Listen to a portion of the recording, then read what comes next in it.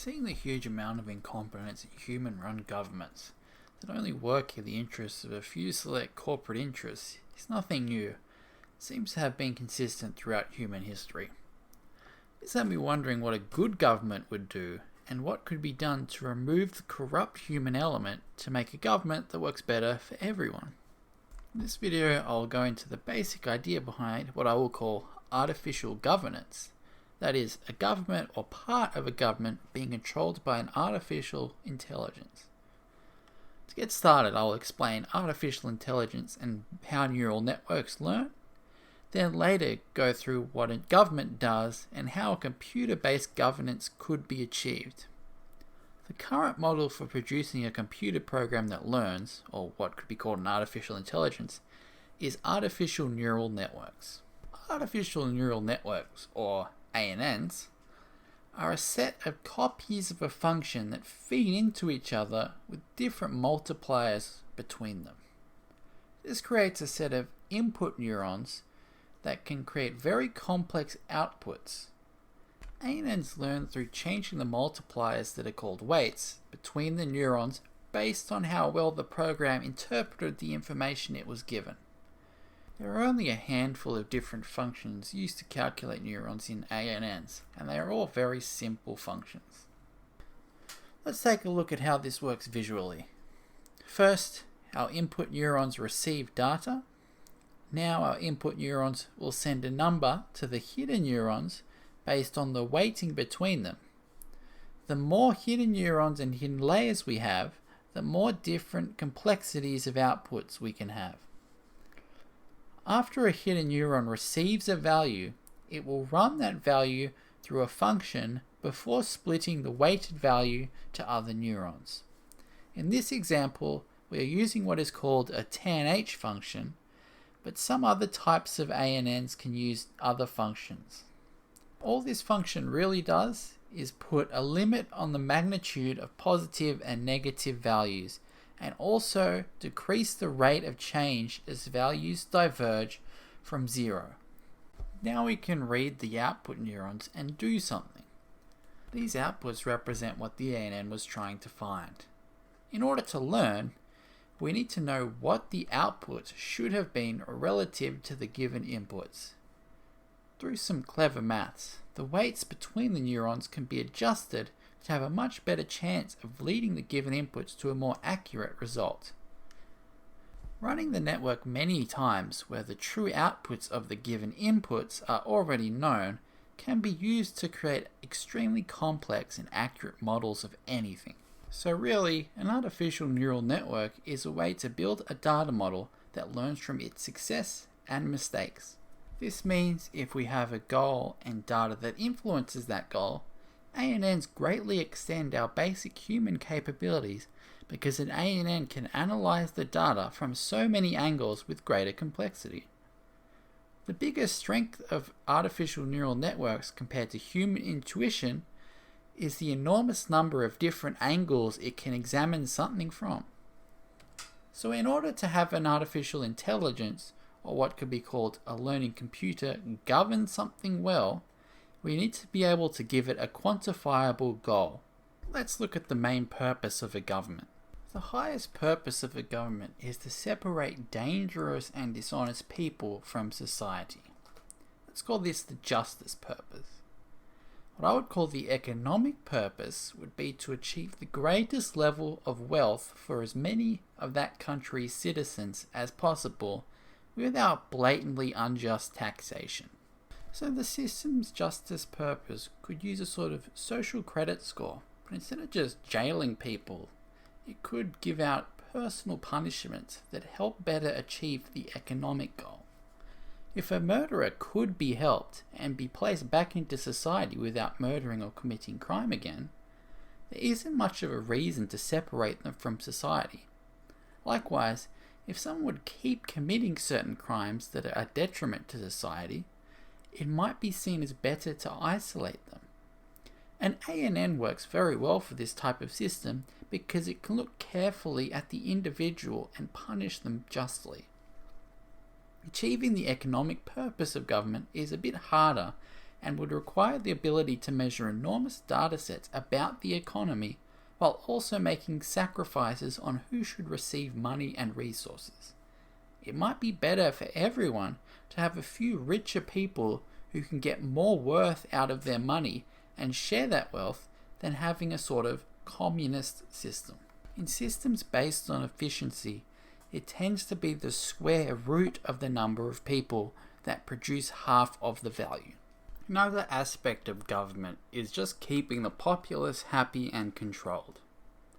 Let's take a look at how people could vote and actually make an impact on an artificial governance. The best thing about a system like this is that even a very basic starter version could be made based off an online survey system that can aggregate citizen decisions about various made-up topics and questions, and then create a model that will apply the citizen's decision to a real-life situation. I would really like a system like this applied somewhere in the world, even for minor decisions, because it would make the people more politically involved and grant citizens more agency over the country's decisions. Keep in mind, this isn't a selective democracy because it just creates a model of how the country feels and then makes a decision based on that model. I'll further explain the rough idea. You answer a set of hypothetical questions that aren't directly related to real-life issues. These can be designed so it is easy to understand and a straight-up A or B question. Here is a few example questions that would be able to create a good impression of how a population feels about a few different issues. We need to build a port for our mine to be able to trade minerals with China. It will create 3,000 jobs immediately, but would pollute the surrounding ocean. With current growth in the tourism industry, polluting the surrounding ocean would lead to 7,000 jobs being lost over 10 years. Do you build the port or not?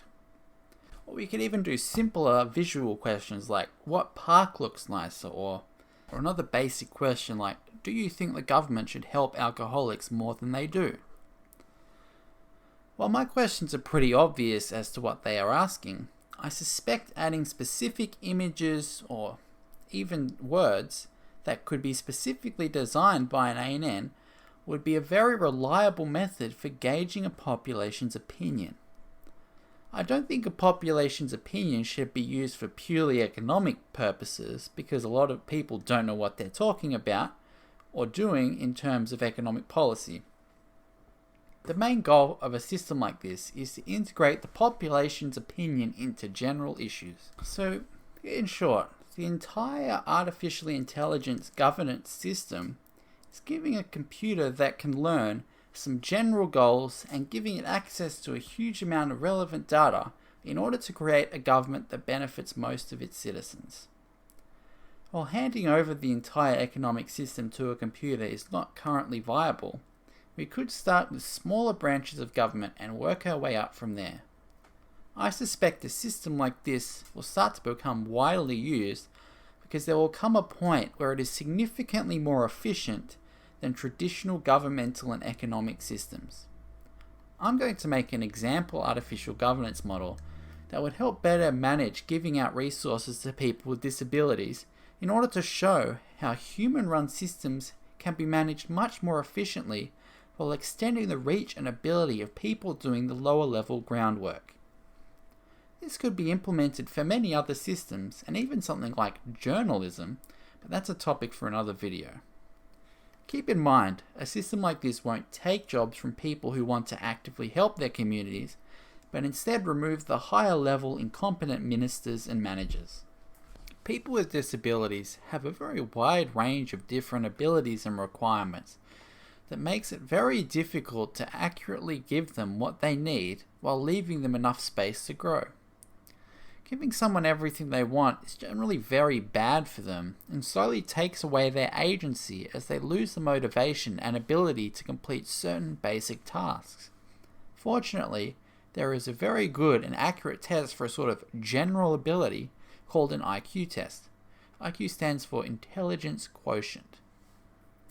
Despite what some modern people say, the IQ test is extremely accurate and a very good measure of general cognitive ability. Most of the early IQ research was completed by the military because they need to be able to categorize people's abilities very accurately, because people's lives were at risk if someone who isn't fully capable gets a highly difficult job that requires a very high level of competence. So in our model, we can have the person's IQ score as an input. We will also add their age and their height. Because this is an example model, I'm not going to use too many inputs. In a real-world scenario, you would want to know as many different things about the person's ability as possible. I'm going to add 3 more inputs for mobility. The first indicates the usage of legs, the second indicates the usage of arms, and the third indicates the usage of hands. Sensory inputs are also another important gauge for disability. A basic social score is another important factor. This is really just how they interact with other people. And finally, I'm going to add something I think would be very important for a lot of people with disabilities. I will call this the social familiarity factor. What this input is used to measure is how uncomfortable the person would be with interacting with new people. This is to try and make sure people who are very uncomfortable with new people are given the ability to have the same worker look after them and interact with them on a consistent basis. Now that we have a set of metrics to measure how much help someone might need, we need to link our outputs to some sort of action or result. Keep in mind, this sort of model can change over time based off results, which increases its effectiveness. So what I will do is use what services should be given to these people and how much money they should be given to help them survive. This can all be done in a single neural network, which is what makes artificial governance so powerful. With these outputs, all we need to do now is get real-world data for what is considered the best allocation of resources for a given set of people.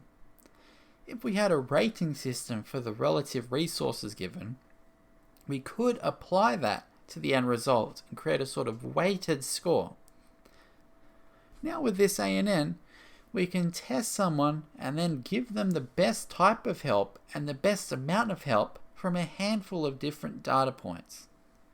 I hope these type of systems are employed in the future, because it would greatly improve society if there was an honest computer making decisions that affect large numbers of people. Thank you for watching.